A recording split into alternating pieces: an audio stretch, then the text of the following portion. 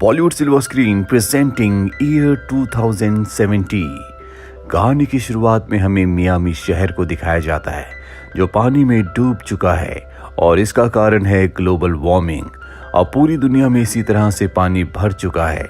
दिन में टेम्परेचर बहुत ज्यादा हाई होता है, इसीलिए ज्यादातर लोग रात को काम करते हैं और इस तरह से लोगों को जीने की आदत भी हो चुकी है। यही हमें निक को दिखाया जाता है जो एक बहुत ही आधुनिक लैब को चलाता है, जिस लैब में ऐसी मशीन है जिस मशीन के अंदर जाने के बाद कोई भी इंसान अपने अतीत की किसी भी याद को जी सकता है। दरअसल सरकार ने इस मशीन को इसलिए बनाया था ताकि वो किसी भी अपराधी को इस मशीन में डालकर उसके क्राइम का पता लगा सके, लेकिन अब आम इंसान भी इस मशीन का इस्तेमाल करते हैं। एक दिन निक का पुराना दोस्त उसके पास आता है जो कभी सोल्जर हुआ करता था। वो अतीत की यादों को जीना चाहता है। निक की असिस्टेंट वॉट्स उसे एक इंजेक्शन लगाती है, जिसके बाद उसके सिर पर एक डिवाइस लगाया जाता है और उसे पानी में डाल दिया जाता है, जिसके बाद निक उसे उसकी अतीत की उस याद में भेज देता है जहां पर वो अपने डॉग के साथ खेल रहा है। वो बहुत खुश है। दरअसल वो इसी पल को जीना चाहता था। निक उसकी इस याद को होलोग्राफिक इमेज में देख सकता है। एक दिन निक के पास एक लड़की आती है जिसका नाम मे है। निक को लड़की पहली नजर में पसंद आ जाती है। दरअसल वो अपने अतीत की याद में जाकर अपनी खोई हुई चाबी को ढूंढना चाहती है। निक उसे उसके अतीत के उस पल में भेज देता है।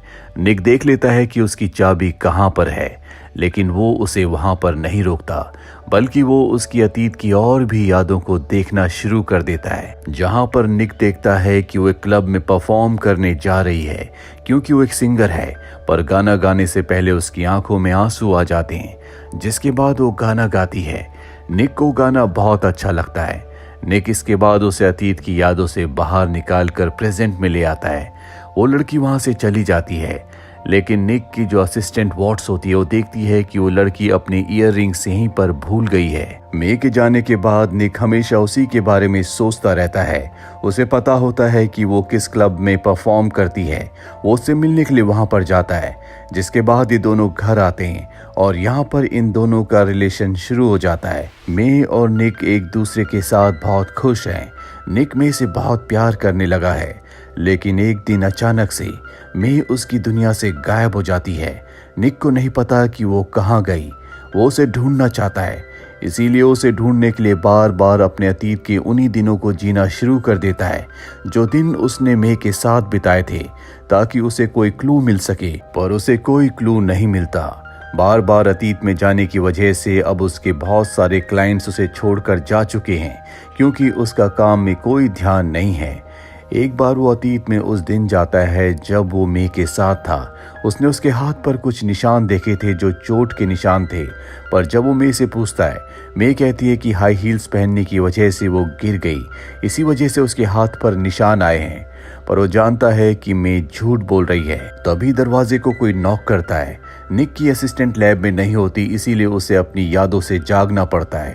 जब वो बाहर जाता है तो वहां पर कोई नहीं होता, लेकिन दरवाजे पर एक ईयर रिंग होता है जो कि मे का है। उसे लगता है कि मे यहाँ पर आई थी, पर इससे पहले कि वो इस बारे में कुछ सोच पाता, उसे पुलिस स्टेशन बुलाया जाता है। वो अपनी असिस्टेंट के साथ पुलिस स्टेशन जाता है जहां पर एक क्रिमिनल है। उसकी यादों में झांक कर उसे देखना है कि उसने क्या क्या क्राइम किए हैं, और अब वो उसकी अतीत की यादों में जाता है। ये याद 5 साल पुरानी है, जहां पर क्रिमिनल बॉस के साथ बैठा होता है। ये क्लब में होते हैं। तभी वहां पर मे आती है जो कि बॉस के लिए परफॉर्म करती है।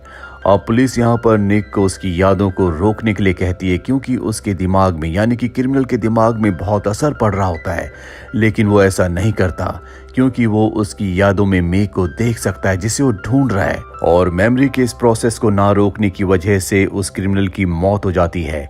पुलिस उसे बहुत ज्यादा डांटती है, लेकिन निक को पता है कि मे बॉस की गर्लफ्रेंड है, इसीलिए वो दूसरे शहर के उसी क्लब में जाता है जहां पर क्रिमिनल की यादों में उसने मे को देखा था।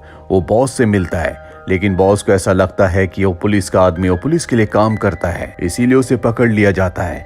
निक बताता है कि मैं यहाँ पर मे को ढूंढने के लिए आया हूँ, बॉस कहता है कि वो बहुत चालाक लड़की है, कुछ समय पहले मुझे वो धोखा देकर यहाँ से भाग गई थी, जिसके बाद शायद उसने तुम्हें अपना शिकार बनाया। अभी निक को और भी टॉर्चर करना शुरू कर देते हैं, लेकिन तभी उसकी असिस्टेंट यहाँ पर आ जाती है जो बहुत अच्छी फाइटर होती है। वो यहाँ पर बॉस और उसके सभी आदमियों को मारकर निक को इस जगह से लेकर निकल जाती है। लेकिन अब निक जानना चाहता है कि मैं उसकी जिंदगी में क्यों आई, इसीलिए एक बार फिर से वो अपने अतीत की यादों में जाता है, जहाँ पर मैं उसे बताती है कि मैं पहले लंदन रहा करती थी, लेकिन वहाँ पर पानी बहुत ज़्यादा भर गया था, इसीलिए मैं बोट से मियामी आ गई। पर एक दिन किसी ने बोट से मुझे गिराने की कोशिश की, जिसके बाद मुझे बीच के पास ही एक व्हाइट हाउस दिखा और मैं उस व्हाइट हाउस में रहने लगी। अब दरअसल निक अपने अतीत की यादों से छोटे छोटे क्लूज को जोड़ रहा है। यहाँ पर निक को ये भी याद आता है कि एक दिन उसने मे के लिए गाना गाया था, जो गाना उसके ग्रैंडफादर ने कंपोज किया था। ये बातें वो अपने असिस्टेंट वॉट्स को बता रहा होता है। तभी उसे याद आता है कि जिस दिन मे गायब हुई थी, ठीक एक दिन पहले वो उसकी असिस्टेंट वॉट्स से मिलने के लिए आई थी और अब उसे वॉट्स पर शक होना शुरू हो जाता है। इसीलिए वो वॉट्स के अतीत के उस दिन में जाता है जब उससे मे मिलने के लिए आई थी। वो देखता है कि मे उसके लिए एक बियर की बोतल लाई थी, पर वॉट्स कहती है कि अब मैंने बियर पीना छोड़ दिया है क्योंकि मेरे ऊपर मेरी बेटी की जिम्मेदारी है, जो किसी कारण से अब मेरे रिलेटिव्स के साथ रहती है। वॉट्स से कहते कहते बहुत ज्यादा इमोशनल हो जाती है और वॉशरूम चली जाती है। इसी दौरान मे निक के लॉकर के पास जाती है और पासवर्ड से उसका लॉकर खोल देती है।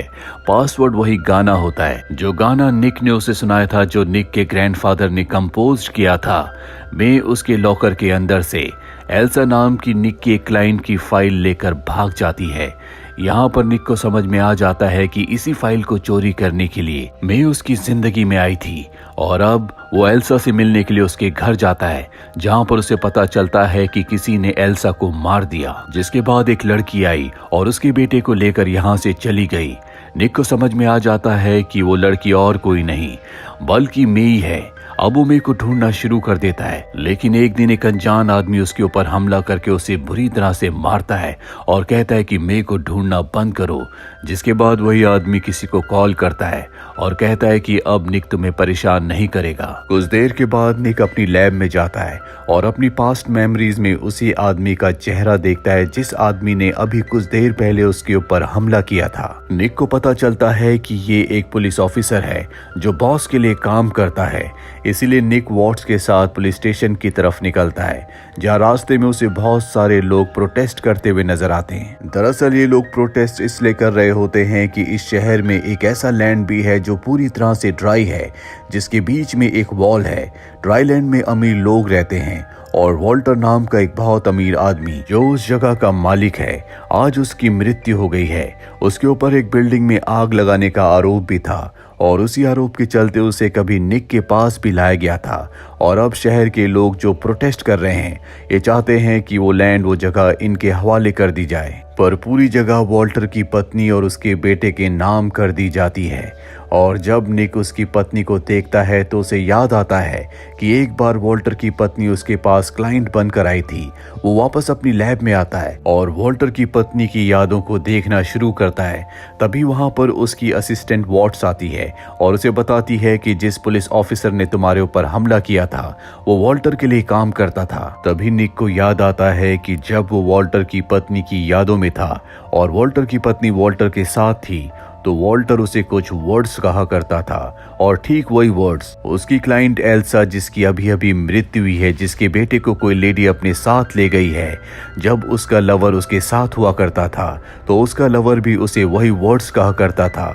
यहाँ पर उसे समझ में आ जाता है कि वॉल्टर ही एल्सा का लवर था। इसीलिए वॉल्टर की पत्नी से मिलने के लिए उसके घर जाता है और उसे बताता है कि एल्सा और वॉल्टर का अफेयर था। वॉल्टर की पत्नी कहती है कि मुझे पता था और इन दोनों का एक बेटा भी है, इसीलिए वॉल्टर हम दोनों को, यानी कि मुझे और मेरे बेटे को मरवाना चाहता था ताकि उसे अपनी प्रॉपर्टी शेयर ना करनी पड़े। तभी यहाँ पर इस लेडी का बेटा आ जाता है। इन्हें पता चल जाता है कि निक एल्सा के केस को हैंडल कर रहा है, इसीलिए उसे धक्के मारकर यहाँ से निकाल दिया जाता है। निक अब किसी भी कीमत पर मे तक पहुंचना चाहता है, जिसके लिए वो एक फैक्ट्री में जाता है जहां पर वो लोग रहते हैं जो शहर में नहीं रह सकते, जो क्रिमिनल्स हैं। वहां पर उसकी मुलाकात उसी पुलिस ऑफिसर से होती है जिसने उसके ऊपर हमला किया था। वो कहता है कि तुम मे तक कभी नहीं पहुंच पाओगे, और ये कहकर वहां से भाग जाता है। निक उसका पीछा करता है और उसे पकड़कर अपनी लैब में ले आता है, और अब वो उसकी यादों में जाता है जहां पर वो उसके साथ मे को देखता है, जहां पर एक करप्ट पुलिस ऑफिसर जिसे पुलिस फोर्स से निकाल दिया गया था मे से मिलता है और उसे निक की क्लाइंट एल्सा की मेमोरीज चुराने का काम देता है। एल्सा इस काम को एक्सेप्ट कर लेती है, जिसके बाद वो निक के पास क्लाइंट बनकर आती है और उससे प्यार का नाटक करती है। लेकिन धीरे धीरे उसे निक से प्यार हो जाता है और वो पुलिस ऑफिसर के काम को करना बंद कर देती है। इसीलिए पुलिस ऑफिसर उसे टॉर्चर किया करता था, और निक ने जो मे के हाथ में चोट के निशान देखे थे वो इसीलिए थे क्योंकि पुलिस ऑफिसर उसे टॉर्चर किया करता था। पर उसके बहुत ज्यादा प्रेशराइज करने की वजह से मे एल्सा की मेमोरीज को चुरा लेती है और उस पुलिस ऑफिसर को दे देती है, जिसके बाद उसे पता चलता है कि ये पुलिस ऑफिसर एल्सा और उसके बेटे को मारना चाहता है। इसीलिए वो एल्सा के घर जाती है, जहां पहले से पुलिस ऑफिसर होता है जो एल्सा को मार देता है। पर इससे पहले कि वो उसके बेटे को मारता, उसे लेकर वो वहां से निकल जाती है और एक सुरक्षित जगह पर छुपा देती है। इसके बाद वो निक से मिलने के लिए आती है। निक उस वक्त अपनी मेमोरीज में होता है, पर इससे पहले कि वो उसे मेमोरीज से जगाती, वहां पर पुलिस ऑफिसर आ जाता है। इसीलिए उसे वहां से निकलना पड़ता है। वहां से निकलने से पहले वो अपनी ईयररिंग को दरवाजे पर छोड़ देती है, जो कि निक को मिली थी, ताकि उसे पता चल सके कि वो यहाँ पर उससे मिलने आई थी। आगे वो पुलिस ऑफिसर की यादों में देखता है कि वो उसे बहुत ज्यादा टॉर्चर कर रहा था, जिस वजह से ऊपर से कूद जाती है और उसकी मृत्यु हो जाती है। इस बात से निक को बहुत गुस्सा आता है, इसीलिए वो पुलिस ऑफिसर को उसकी उन यादों में डाल देता है जो बहुत ज्यादा दर्दनाक होती है, और उन यादों की वजह से उसकी मृत्यु हो जाती है। निक को याद आता है कि मैंने उसे बताया था कि वो लंदन से यहाँ पर अपनी बोट से आई थी, जिसके बाद उसने एक व्हाइट हाउस को देखा था और वहां पर उसने रहना शुरू कर दिया। उसे समझ में आ जाता है कि ये एक मैसेज है और हो ना हो एल्सा का बेटा वहीं पर है। अब वो पुलिस को कॉल करता है और उन्हें व्हाइट हाउस के बारे में बताता है। पुलिस जब व्हाइट हाउस के पास जाती है तो उन्हें एल्सा का बेटा वहां पर पूरी तरह से सुरक्षित मिल जाता है, जिसके बाद वो वॉल्टर के बेटे के पास जाता है, जिसने उसे घर से धक्के देकर इसलिए निकाल दिया था क्योंकि वो एल्सा के केस को हैंडल कर रहा था। उसके पास पुलिस करप्ट ऑफिसर का फोन होता है, और जब पहली बार पुलिस करप्ट ऑफिसर ने उसके ऊपर हमला किया था तो उसने किसी को कॉल किया था, और अब निक एक बार फिर से उसी नंबर को डायल करता है। वॉल्टर के बेटे का फोन रिंग होता है। दरअसल वॉल्टर ने अपनी पूरी प्रॉपर्टी और पैसों को 2 हिस्सों में बांट दिया था। आधा हिस्सा उसके बेटे के नाम था और आधा हिस्सा एल्सा के बेटे के नाम, जिस एल्सा से उसने शादी नहीं की थी। और जब वॉल्टर के असली बेटे को ये बात पता चली तो उसने पुलिस ऑफिसर को हायर किया ताकि वो एल्सा को और उसके बेटे को मरवा सके। हालांकि पुलिस ऑफिसर ने एल्सा को तो मार दिया, पर अब भी उसका बेटा जिंदा है। निक वॉल्टर के बेटे को बताता है कि एल्सा का बेटा जिंदा है और अब तुम जेल जाने के लिए तैयार हो जाओ। इसके बाद वो अपनी असिस्टेंट के पास जाता है और कहता है कि किसी भी कीमत पर तुम अपनी बेटी को वापस अपने पास ले आओ, क्योंकि किसी को खोने का दुख क्या होता है मैं अच्छी तरह जानता हूँ। इसके बाद वो अपनी लैब की तरफ निकल पड़ता और देखता है कि सड़कों पर लोग उपद्रव मचा रहे हैं, क्योंकि सबको पता चल चुका है कि वॉल्टर के बेटे ने क्या किया है। इसीलिए वो लोग उसके घर पर भी हमला कर देते हैं। अब निक अपनी लैब में आता है। वो एक बार फिर से मे के साथ जीना चाहता है, इसीलिए वो उसकी यादों में चला जाता है। कई साल बीत चुके हैं। यहाँ पर हमें निक की असिस्टेंट को दिखाया जाता है जो लैब में अपनी ग्रैंड डॉटर के साथ है, यानी कि उसने अपनी बेटी को वापस पा लिया था। वही अब लैब को चलाती है।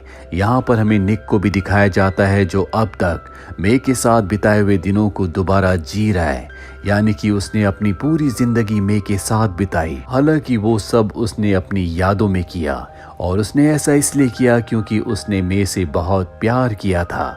इसी के साथ ये फिल्म, ये कहानी यहीं पर खत्म हो जाती है। उम्मीद करते हैं कि ये कहानी आपको पसंद आई होगी।